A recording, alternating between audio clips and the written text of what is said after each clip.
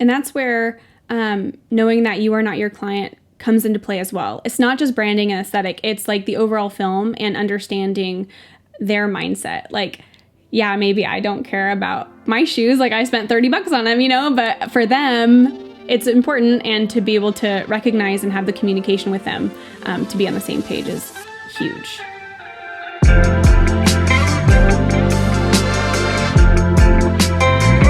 Hello everyone and welcome to Show Love episode 18. My name is Ben, I will be your host, and joining me all the way from Northern California we have US-based filmmaker and educator Taylor Petrinovich.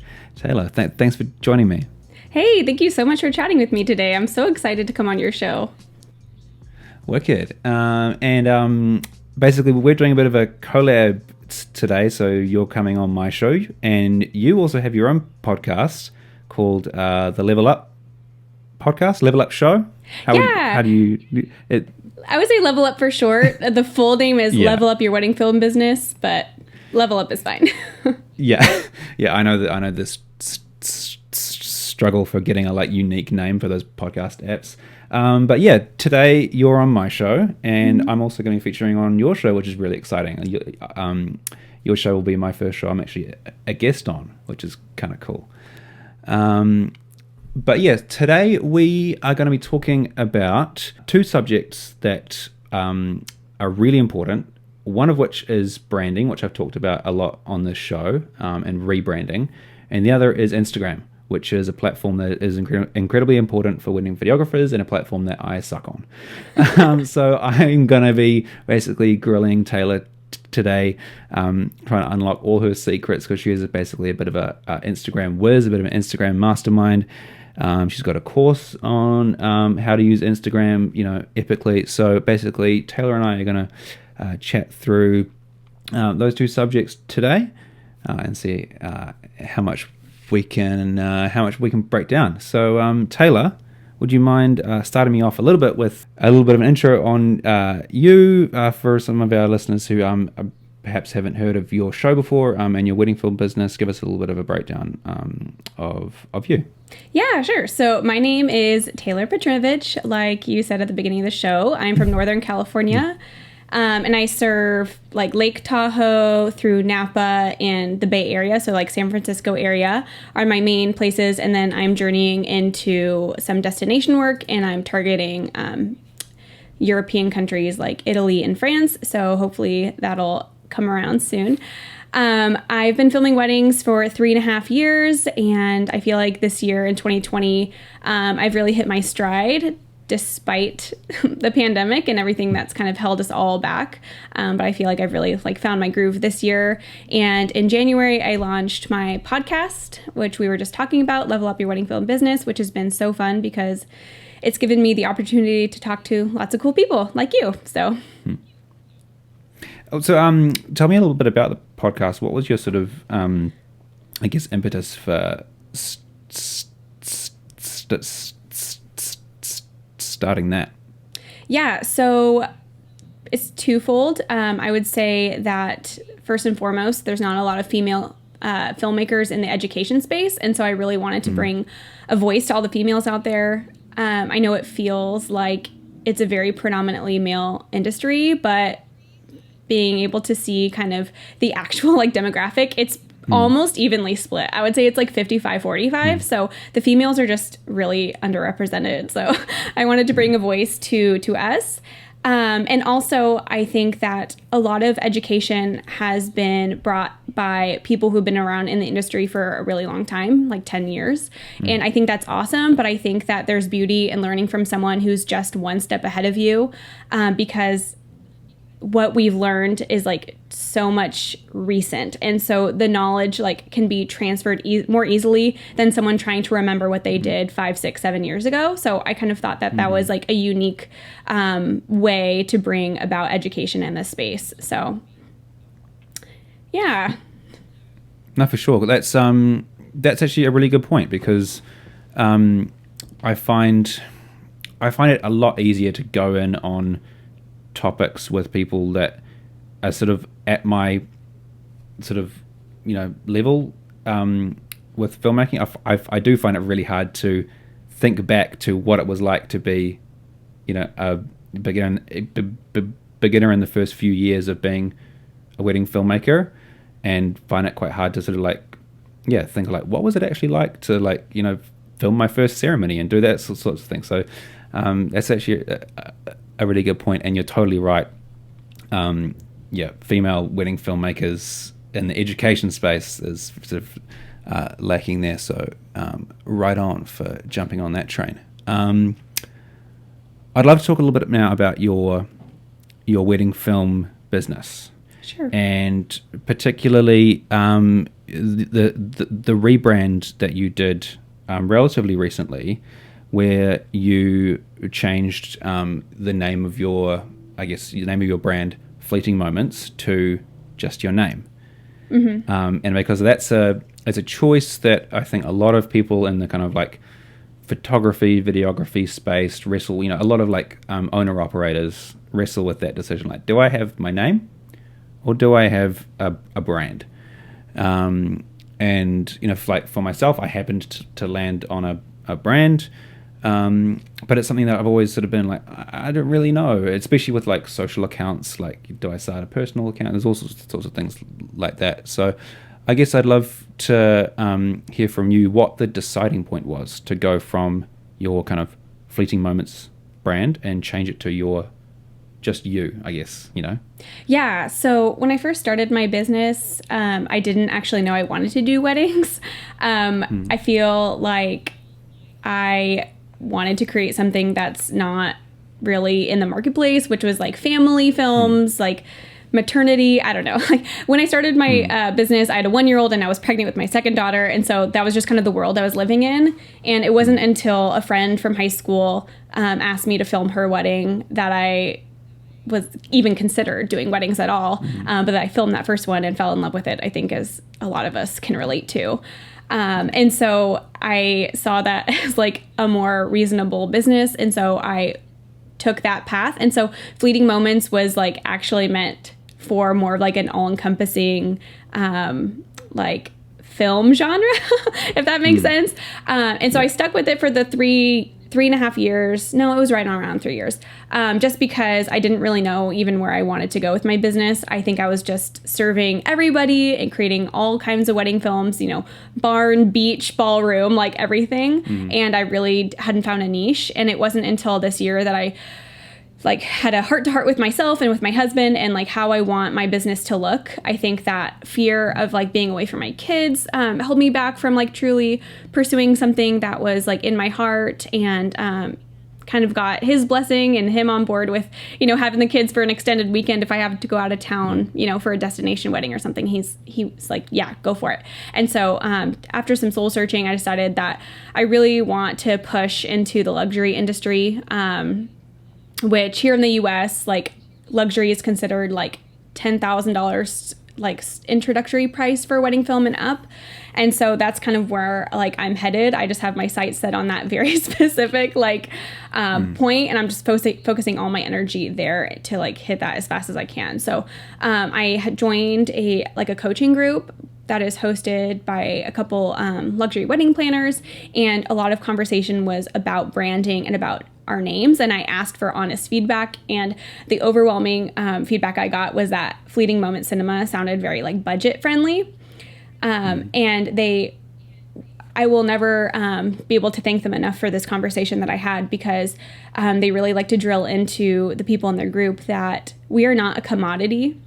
We are not like, a box of coffee that you can buy off the shelf at a grocery store. Like, we are artists, and we are commissioned to make one-of-a-kind works of art. Like, as snooty as that sounds, and it can sound kind of dumb, it is the reality of the situation. And so like owning that we are artists, and that if you are an owner operator, like having a personal brand is a little bit better in a luxury client's eyes, because it's not them going to like Target and like buying something. It's a commissioned piece of art, if that makes sense.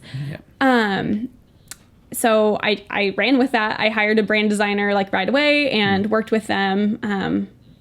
Just spilled my guts on who my client is, and I thought they did a really great job of encompassing that for my branding, and realizing that branding is not like what you like reflected in visually. It's supposed to be reflecting what your ideal client is attracted to, and those are probably two different things. Like, I'm not my ideal client, right? Like, I would never be able to hire me. So I'm not trying to attract myself. I'm trying to attract a whole different group of people. So.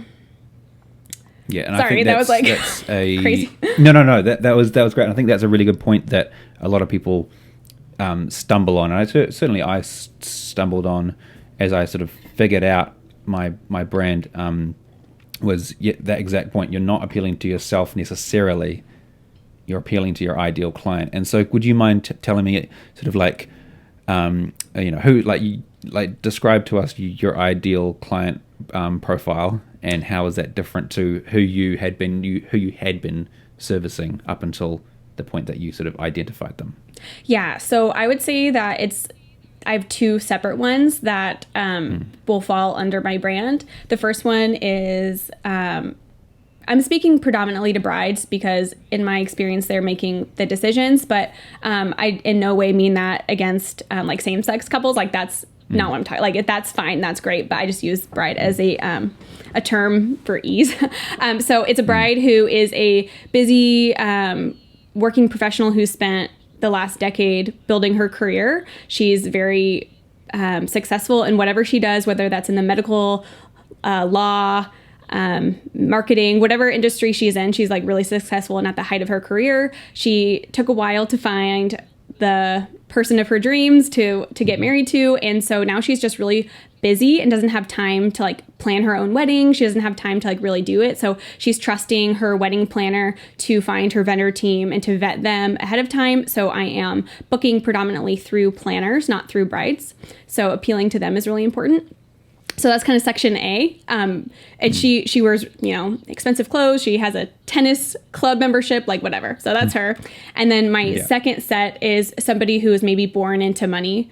And so they're going to be more like late 20s, probably, still have a college education, probably, like a master's degree, but their parents are like footing the bill. So their parents are really involved in their wedding planning. So both sets have somebody else that's like really helping them, whether it's the parents or the planner. So that's who I'm focusing on now. But previously it was like I was serving a lot of people in their early 20s who maybe are still in college, just finishing college, just starting out in their careers. And so it's a very like different mindset as far as where they're at in their life and like how they want to even like view their wedding films. I feel like maybe the older, more seasoned people in their 30s like have a better understanding of like how they want to relive their day, and so they value it a little bit more than like somebody in their early 20s who's just checking a box just because they read it on a blog. So two different sets of people.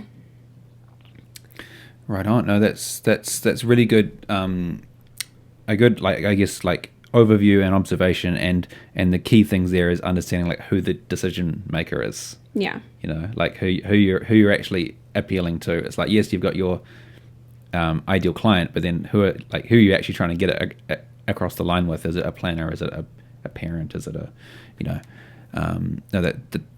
that's really great. Can you talk us, I guess, through the outcomes of like once you sort of like made that decision and sort of found that decided on that client profile, what did that then translate to in your brand? What changes did you make to sort of appeal more to those ideal clients?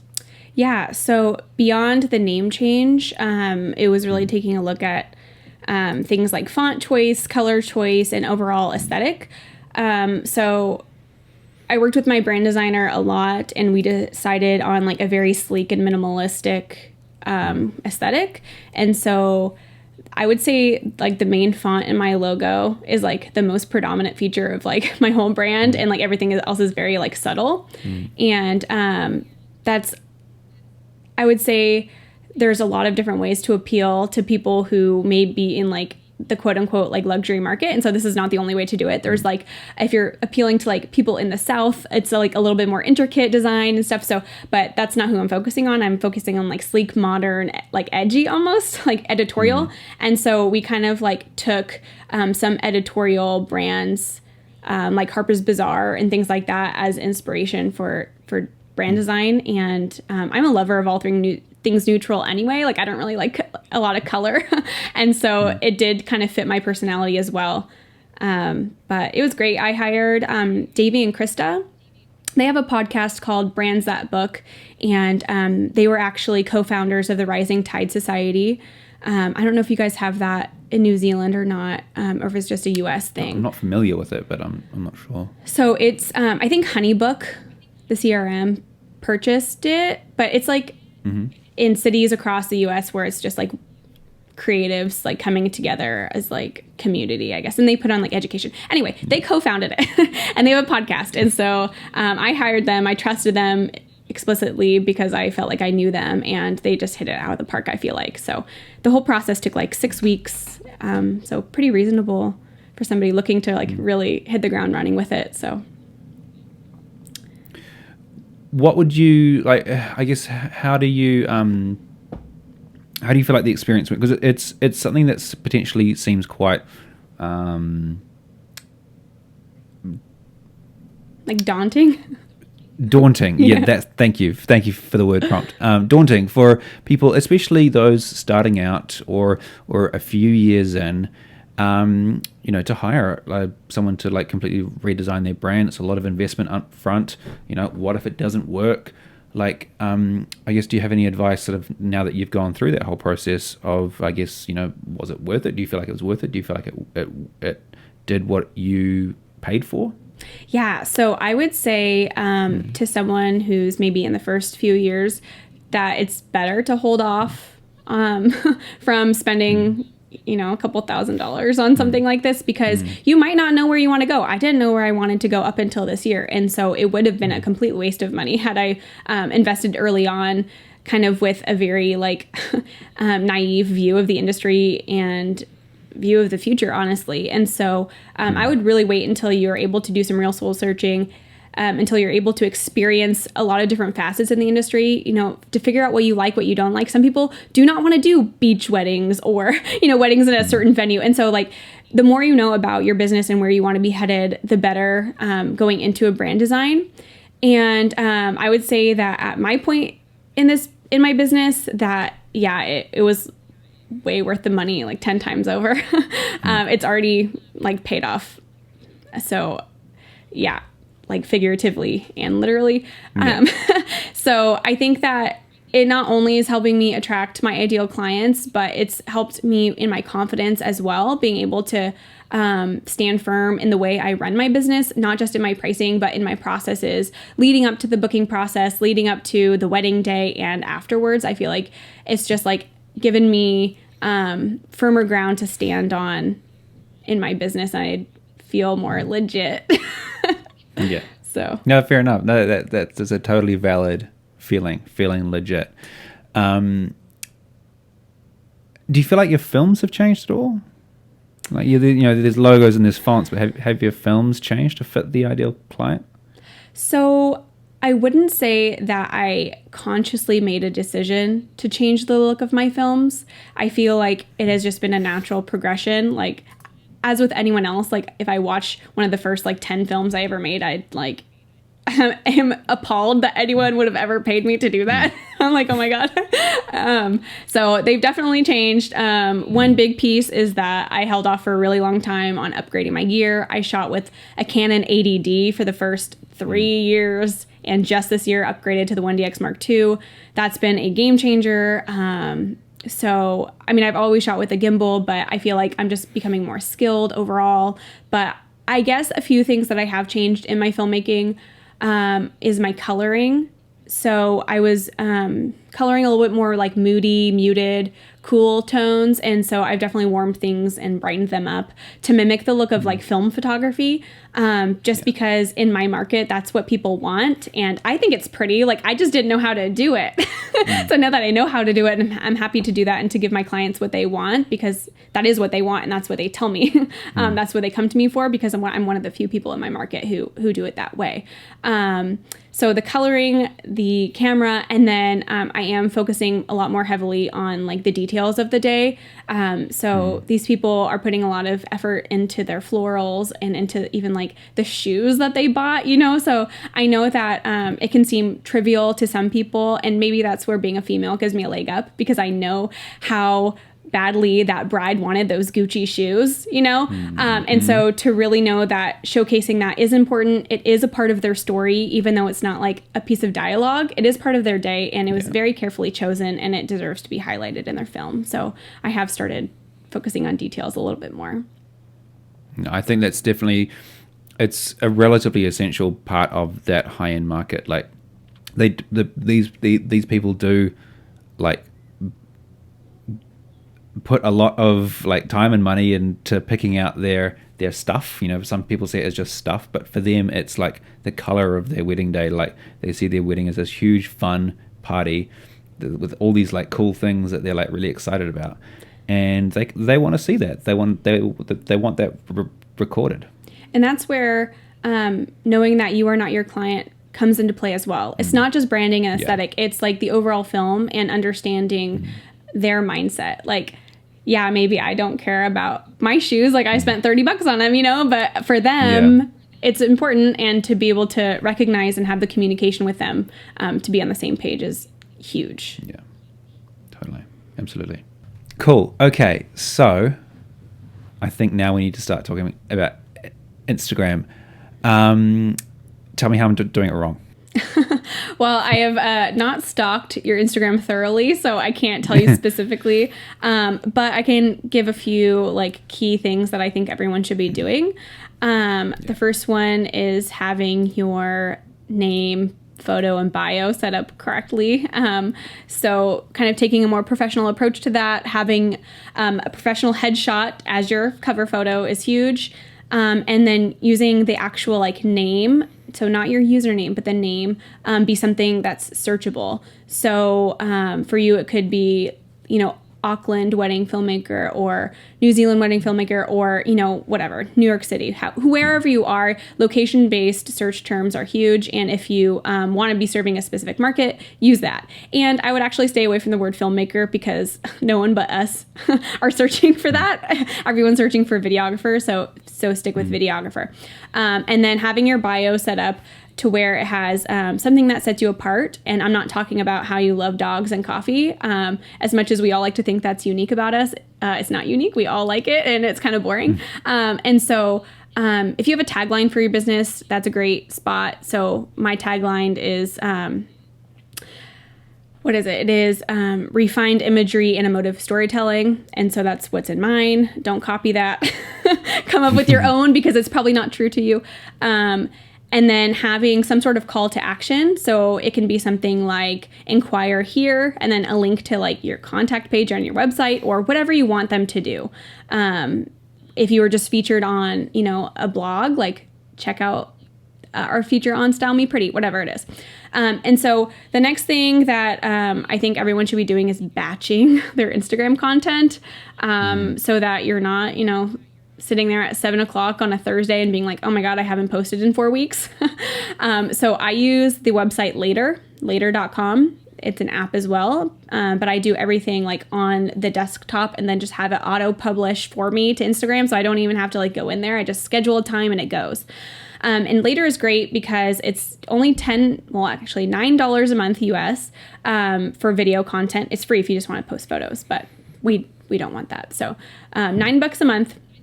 And you can schedule out as much content as you want. And I recommend aiming for like at least 2 to 3 posts a week, only to stay at the forefront of vendors' minds for when you want referrals. So your name just keeps popping up in their feed, and to stay at the top of your key hashtags that you're targeting.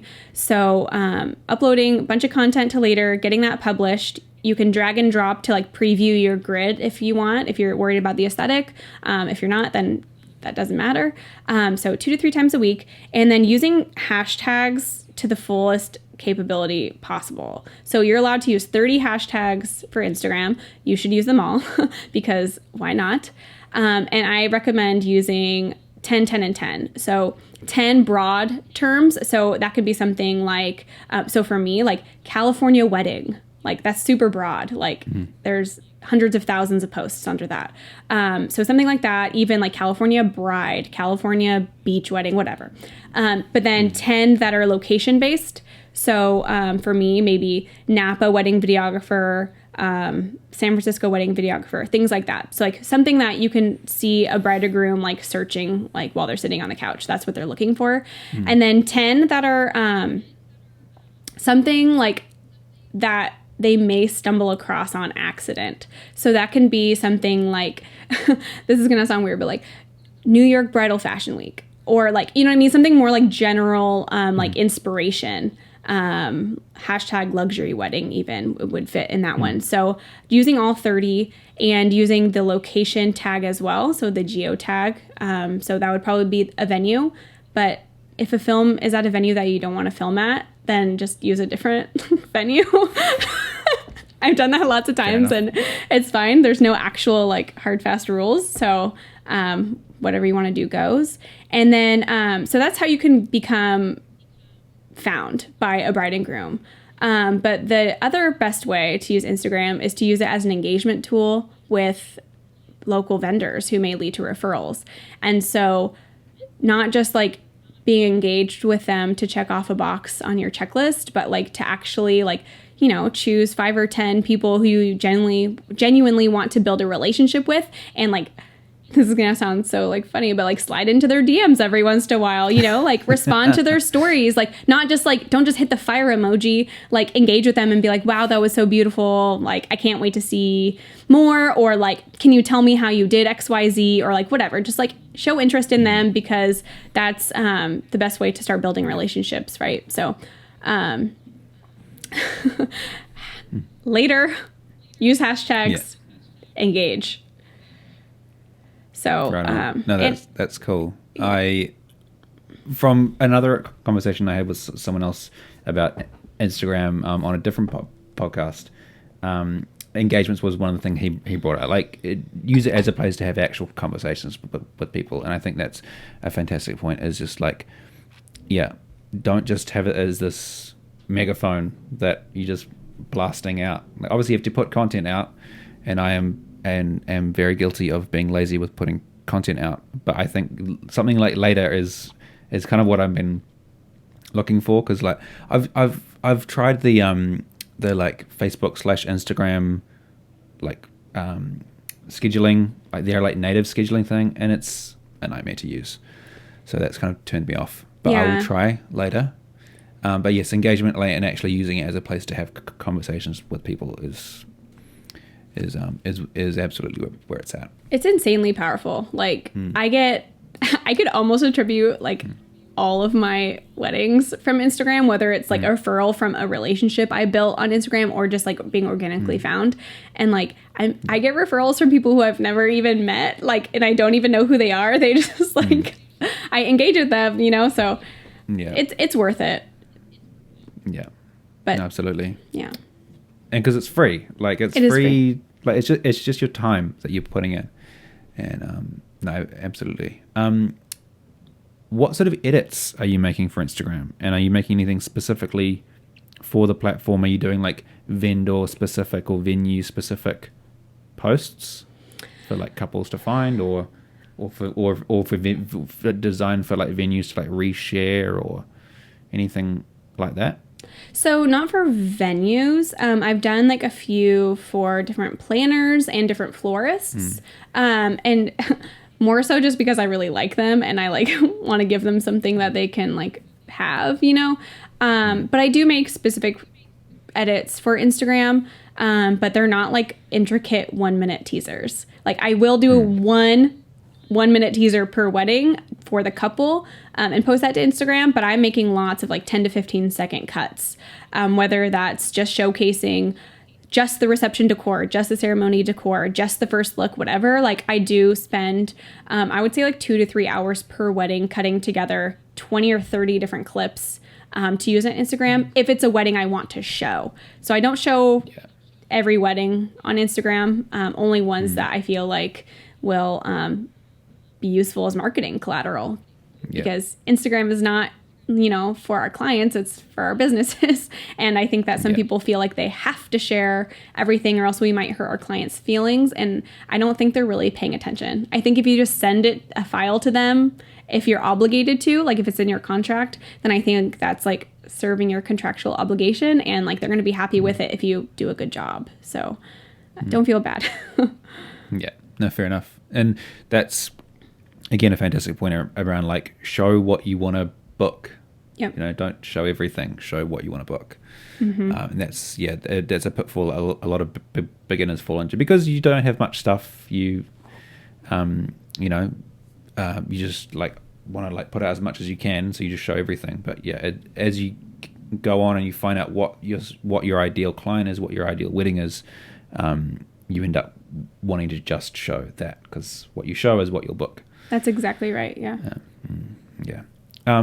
Since doing your sort of, I guess, your rebrand and your sort of refocus on a particular target market, have you done any or thought about doing any kind of styled shoots to try to hone in on, or any kind of like lost leader weddings to like try and like get the kind of dream wedding to then like make a bunch of marketing collateral for to push out on Insta?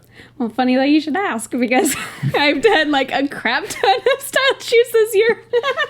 I think I've done like eight or nine, like an obscene amount. And I actually have one, not tomorrow, but the next day. So I, the second one I did this year, I actually planned myself. I probably spent a little over $1,000 on it, between like helping the florist cover her costs and like buying details and stuff. And I brought a planner on board and a photographer that I really wanted to work with. And she also contributed financially, because it was something that was going to benefit her business too. So we were really able to make it over the top. It is like my current like banner on my website. It was lovely. And we were able to get a couple of color. And so that's really important with like the climate right now. Like we really wanted to showcase like everyone should like see themselves in a vendor. And so that was really important to us. And so that was published on Style Me Pretty a couple months ago.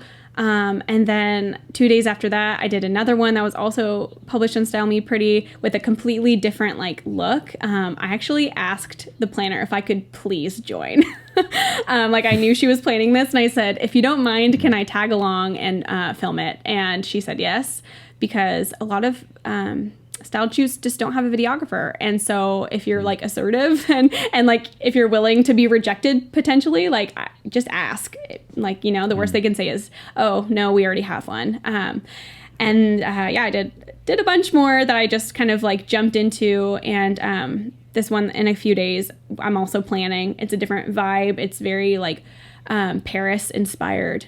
To kind of push that destination work that I want to be doing. And so it's the same thing. It's me and the same photographer coming together with a different planner, and we're all like pulling our money and like making it something that speaks to all of our brand. But I think it's so important because I have very few weddings that like truly speak to my ideal client. And but you don't have to like let that hold you back from marketing. Like you hold the power to your business, and if you're willing to be resourceful, you can come up with anything you need to get to where you want to go. That's fantastic. So. No, it's something that I haven't really thought of. It's something I've been aware of, like photographers doing styled shoots. I've been aware of that for years, but I've never really thought of it as something for my business, for like trying to hone in on that ideal client and like get the kind of content that I want to book, like on my like Instagram and stuff. Well, filmmaking really is such a young like career, or what am I looking for the word? Like niche market, I guess, or like profession. It's so new. Photography's been around forever, and they figured out a few things that we have yet to figure out. Yeah. And so honestly, like if you can kind of keep an eye on what photographers are doing and just do what they do, like I think it'll help you out. Not you, but like in general. Yeah. Yeah, no, for sure. No, cool. I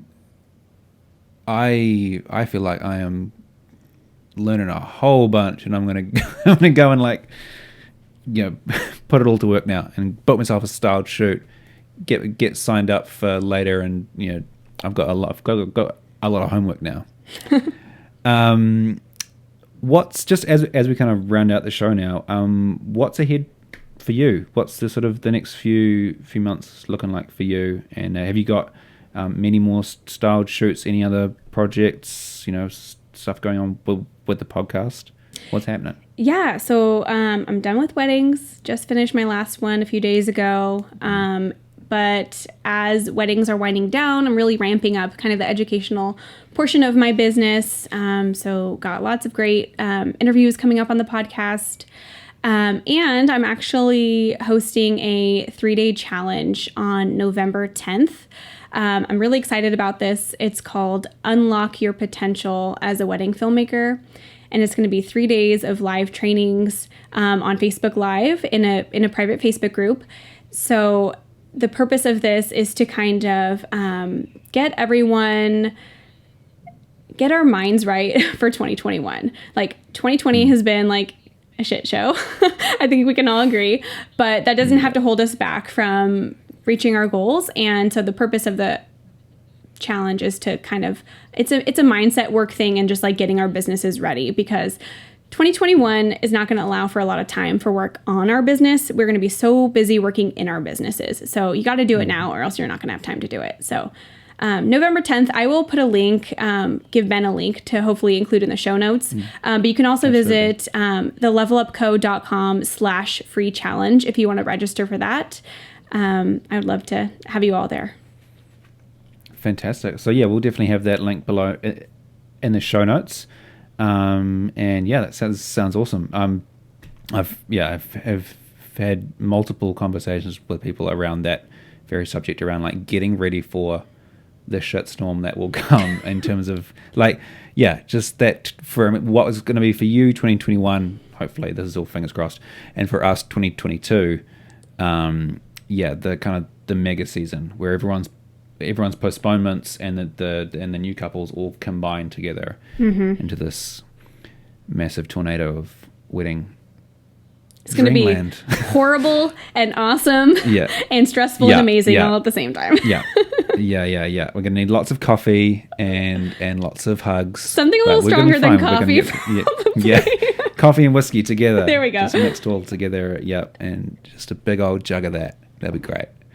No, that's absolutely right. And you're right. Now is the time to work on your business before you get bogged down working in your business. Absolutely. I like that phrase.